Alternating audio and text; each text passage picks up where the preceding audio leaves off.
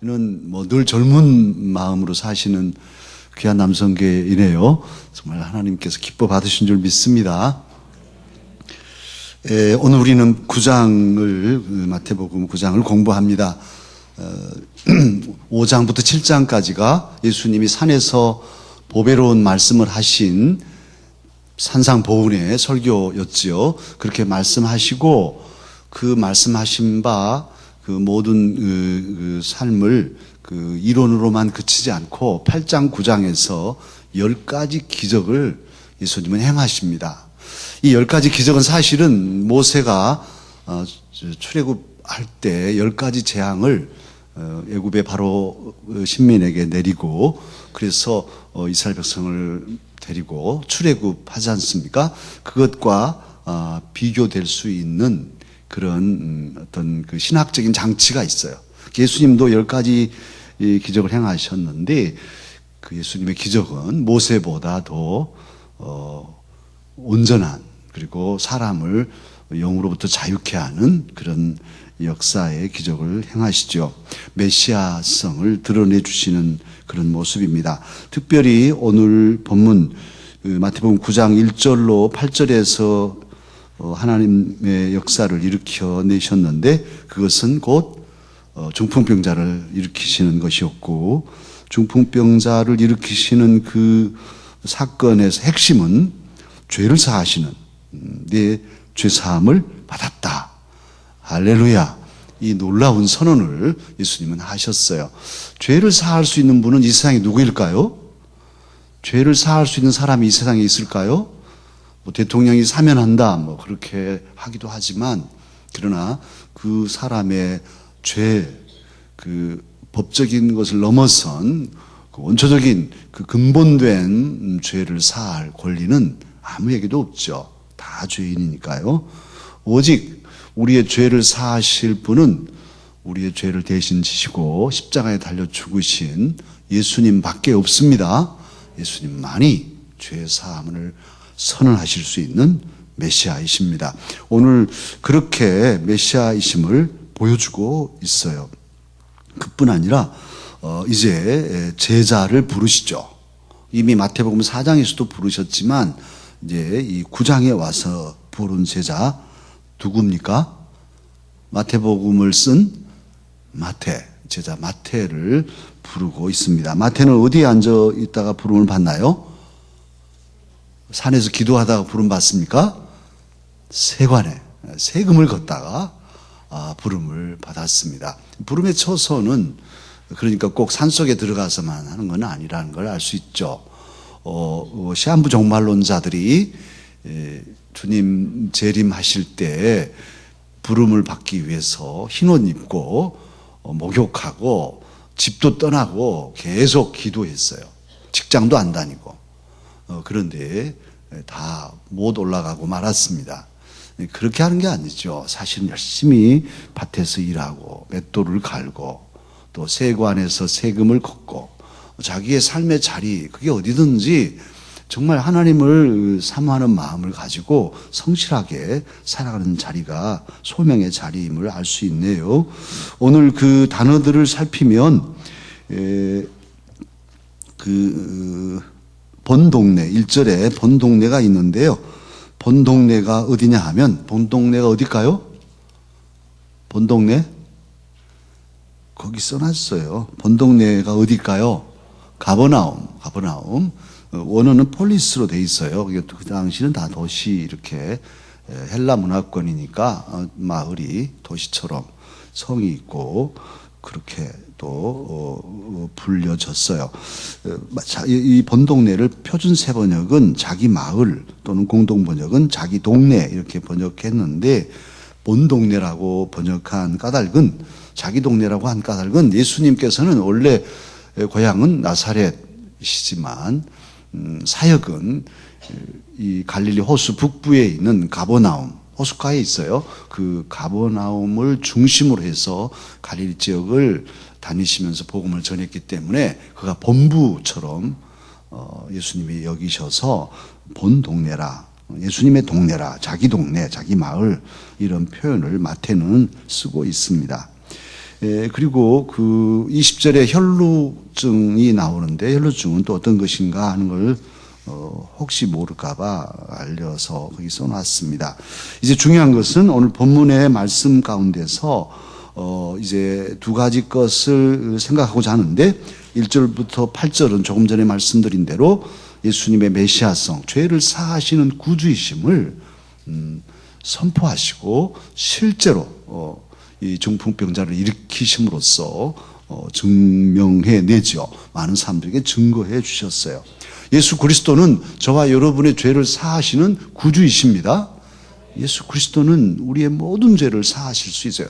죄로 꽁꽁 얽어 매어지고 마비된 그런 의식과 마비된 그런 행동으로 살아갈 마취된 중독된 그런 삶을 살거나 그런 의식으로 사로잡혀서 악한 생각에 헤어나지 못하고 집착하며 살 수도 있었던 우리들인데 예수님은 이 모든 것을 끊고 우리를 자유케 하여 주셨습니다.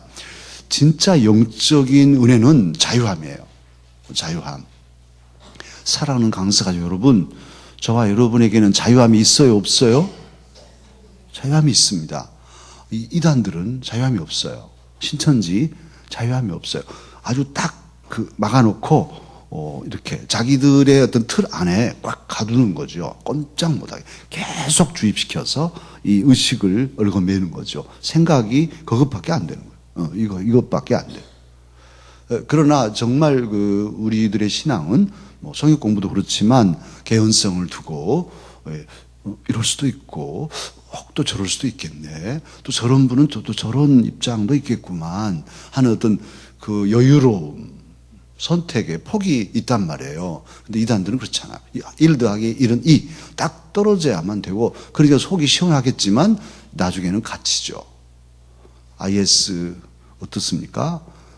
세계 수천 년 전의 문화들 다 막 깨부수잖아요. 모슬 박물관. 다행히 그 박물관의 한 70% 이상은 이 바그다드로 옮겼더라고요. 다행히 이번에. 그렇지 않았으면 다 파괴될 뻔했어요. 인류의 문화가 없어져 버릴 뻔했어요. 그런데 그 갇혀있는 사고로는 그게 옳으니까 막 망치로 때려 부수잖아요. 그걸 뭐 만들어낼 수도 없는 몇천 년 전에 그 귀한 유산들인데 말이죠.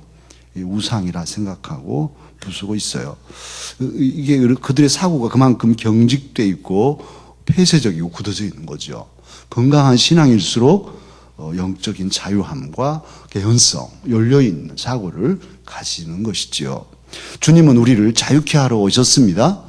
우리를 죄로부터 얽어진 모든 율법에 꽁꽁 묶어져 있는 그들의 사고방식 속에 폭탄처럼 예수님 복음을 제시하셨어요.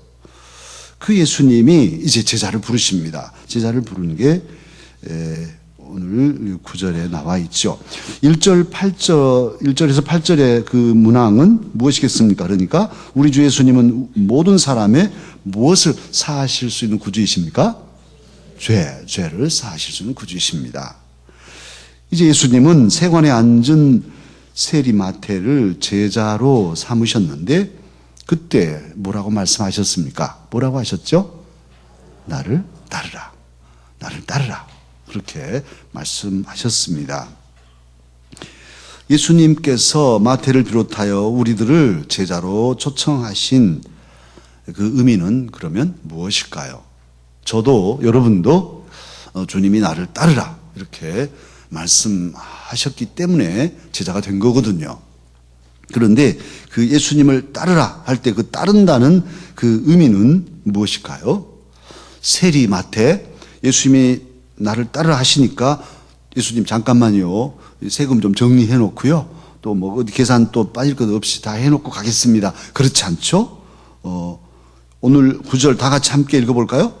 예수께서 그곳을 떠나 지나가시다가 마태라 하는 사람이 세관에 앉아 있는 것을 보시고 이르시되 나를 따르라 하시니 일어나 따랐어요. 아이고 예수님 잠깐 계산 좀 해놓고요. 뭐 이렇게 좀 정리 좀 하고 이게 아닌 거예요. 그냥 다 버리고 떠나서 따른 거예요. 그러니까 주님을 따른다는 이 따름은 그러니까 기존의 모든 것을 포기하고 그것들과 단절하고 예수님을 좇는다, 따른다 하는 그런 의미이지요. 그러니까 과거의 어떤 관계들, 세속적인 그런 끈들을 끊고 예수님을 향하여 자기를 던지는, 투여하는 이것이 따름, 제자들의 따름이고 이것이 바로 제자도의 첫 번째 제자도의 태도일 것입니다. 그리고 또 따른다는 것은 어떤 의미일까요? 그것은 예수님께서 마련하신 잔치, 더욱 구원의 은혜에 동참하는 것을 의미합니다. 그러니까 예수님이 나를 따라 하실 때 예수님을 따라온 제자들은 예수님이 준비하신 구원의 은혜를 함께 누릴 수 있습니까? 없습니까? 누릴 수 있습니다. 누리는 것이죠. 예수님의 구원의 은혜에 참여하는 것이니까. 정말 얼마나 감사한지 몰라요. 저와 여러분은 주님의 부르심에 응답하고 구원의 잔치에, 구원의 은혜에 참여했습니다. 이미 들어섰습니다. 얼마나 감사합니까? 그 은혜로 우리는 살고 있어요. 만약 우리들이 그런 은혜를 받지 못했다면 이 저녁에 주님 우리는 어디 있을까요? 정말 고급 와인을 마시면서 분위기 잡고 있을 수도 있고, 또는 아주 지치고 고뇌해서 한강다리를 왔다 갔다 할 수도 있죠. 어떤 처지에 있든지 그 모두가 다 소망 없는 삶이에요. 결국 죽는 거니까 아무 어떤 대책 없이, 소망 없이 그냥 죽는 거죠. 아니, 금으로 만든 옷을 입고 다이아몬드 막으로 수천만 원짜리 시계를 차고 정말 몇백 년 전에 만들어진 와인을 마시면서 분위기를 즐긴다 한들 예수님 안에 있지 않다면 그 삶이 무엇이겠어요? 죽는 것이니까. 결국 다 쇠하고 말라져서 죽는 것이죠. 그게 인생이라면 얼마나 허망합니까? 그러나 저와 여러분은 이제 영원한 세계에 대한 소망을 가지고 있습니다. 영원한 세계, 영생의 어떤 능력을 우리는 이미 경험하고 있습니다. 할렐루야. 예수 안에서, 예수님 안에서 초청받고 구원의 은혜를 이미 받았어요. 그러니 삶의 목표가 뚜렷하고 삶의 이유가 있고 삶 후에, 죽음의 저 너머에 하나님과 함께 살아갈 소망이 분명합니다. 이것은 돈으로 살 수 있는 게 아니죠.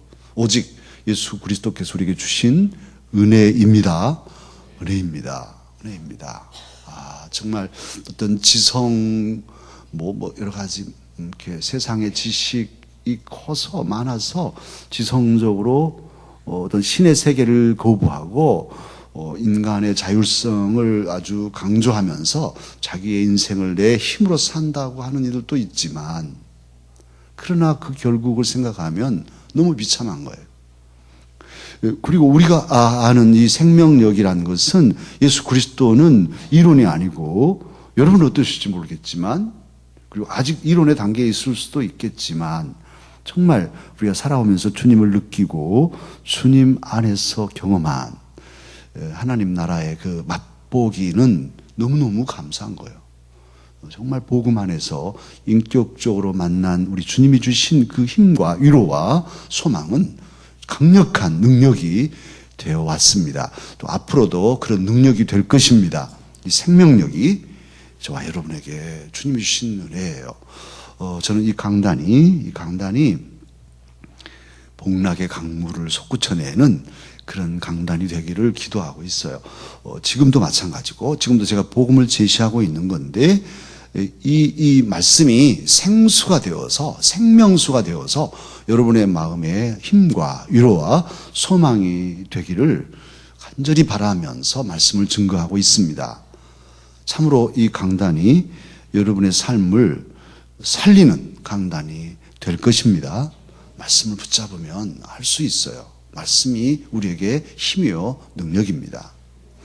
얼마 전에 제가 부목사님들 교육에 그 노예 훈련원석이어서 가서 참여하고 이렇게 했는데 그 이순창 목사님이란 분이 그러시더라고요. 자기는 목사로 태어난 게 너무 행복하대요. 진짜 행복하대요. 억지로가 아니라. 그러면서 목사는 배고플 일이 없대요. 배고프면 먹을 게 없으면 신방 다니면 된대.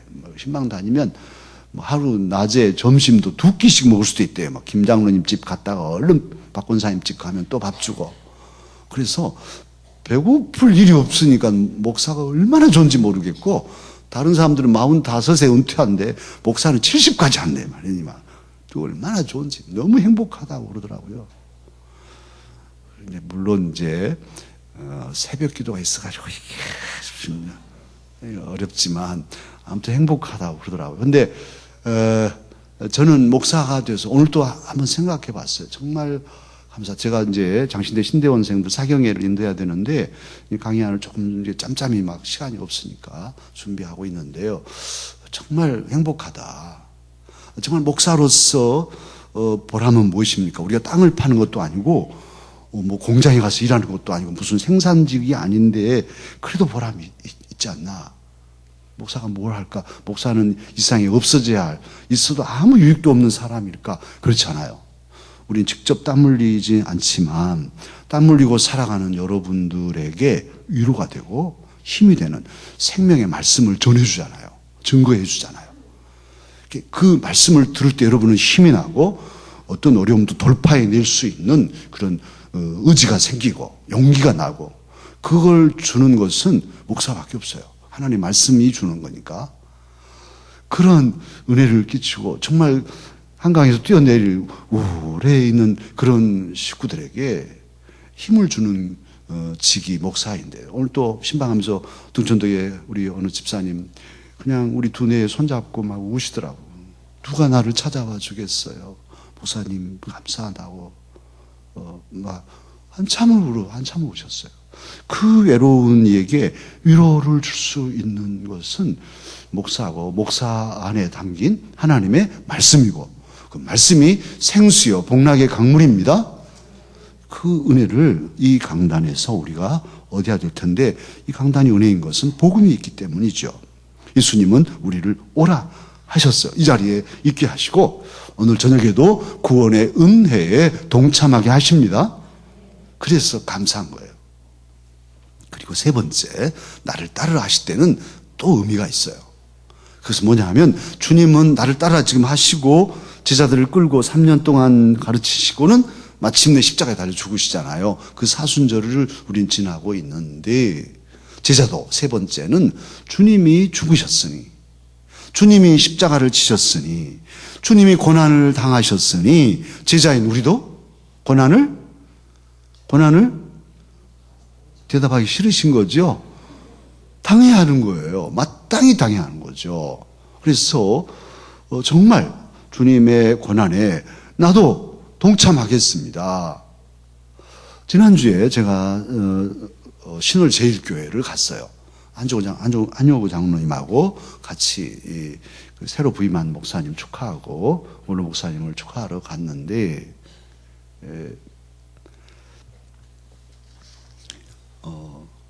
고난을 짐진다는 것이 제자란 게 그 고난을 짐지신 그 고난의 자리에 같이 가는 것이에요. 그 신월제일교회가 이제 새로운 목사님 모시고 이렇게 잘 부응하고 있더라고요. 오늘 목사님이 이제 은퇴하셔서 같이 점심을 잡수고 있습니다. 그 교회가 한때는 상당히 어렵고 힘들었는데 그 교회 장로님들이 잘 참고 좋은 목사님을 모셔서 이제 부응하고 있어요. 그래서 좀 기대가 되더라고요. 축하하고 그렇게 돌아왔는데, 우리 강서교회도 하나님의 일꾼들이 지금까지 50년을 지켜왔지만 앞으로 또 어떤 일을 당할지 모르겠습니다. 정말 어려운 일을 당할 수도 있죠. 그러나 이 주님의 몸을 우리가 사랑하고 이 짐을 지는, 주님께 헌신하자고 하는 다짐을 가진 그런 일꾼들이 교회를 지켜줄 때 교회는 평화롭고 주님의 나라는 든든히 설 것입니다. 주님이 우리를 오라 하신, 따라 오라 하시는 그 중요한 의미 가운데는 그렇게 고난을 짐지는 그런 헌신을 요구하시는 것이죠.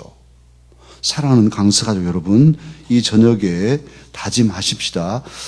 우리도 주님이 오라 하실 때 아멘으로 따라가십시다. 그 고난의 자리도 같이 가자는 거예요.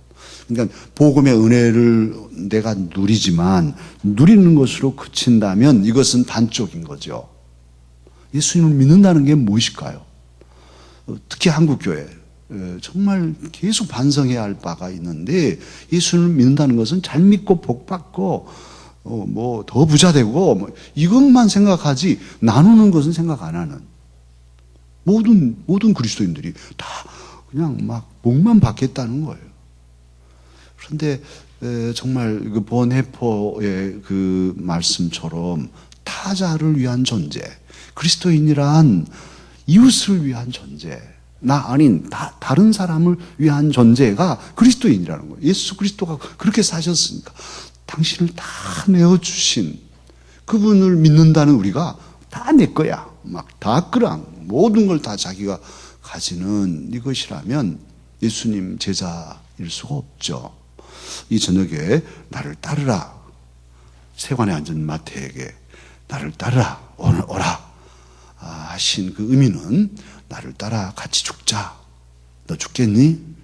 고난도 지겠니? 그러신 거죠. 고난도 지겠습니까?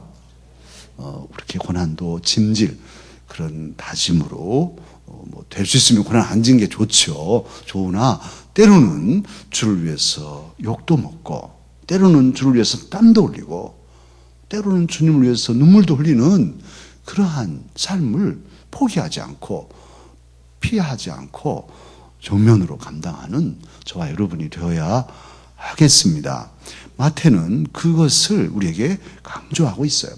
복음은 9장에서도 그러한 자기의 부름받은 광경을 쓰고서 그렇게 우리에게 하나님의 뜻을 알려주고 있습니다. 자, 이제 35절로 38절을 보십시다. 다 같이 한번 읽을까요?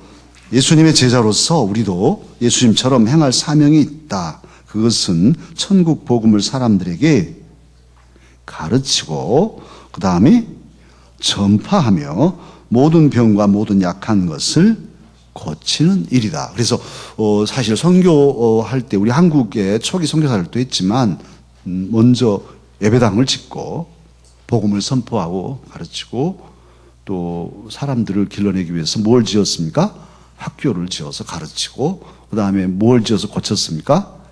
병원을 지어 세브란스 병원, 예수병원 다, 전주 예수병원, 광주 기독병원 다 선교사들이 지었다고요. 이렇게 한 것이죠. 이게 복음의 패턴이에요. 예수님이 말씀을 선포하시고 설교하시고 가르치시고 고치시고 이러한 패턴을 가지고 우리도 또한 우리 강서교회도 이 지역민들을 섬기고 또 우리 선교지 그렇게 세워가야 할 것입니다. 자, 이제 깨닫고 실천할 점을 몇 가지 한번 쓰십시오. 오늘 제가 그냥 막 쏜살같이 더듬거리면서 나갔는데 여러분의 마음에 부딪혀온 것, 주님 마태복음 9장을 통해서 제가 이걸 깨닫습니다. 깨달은 것을 쓰시고 기도 제목을 짧게 거기다 쓰십시오.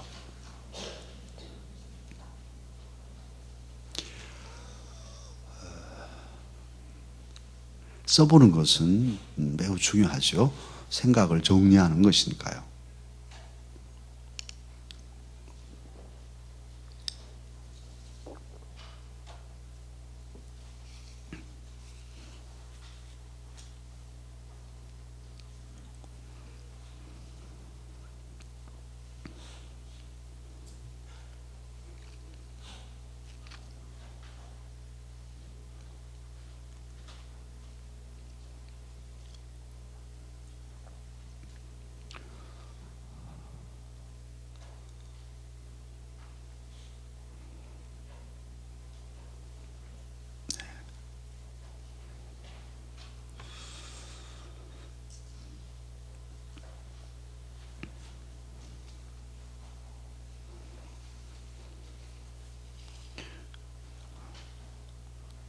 도서관에 온 것 같아요. 예배당 아니고 도서관 같아요. 예.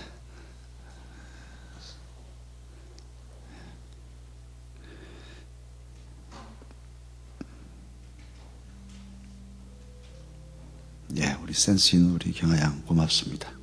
도서관 분위기를 깨줬어요. 지존하신 주님 이름 앞에 모두 무릎 꿇고 다 경배해.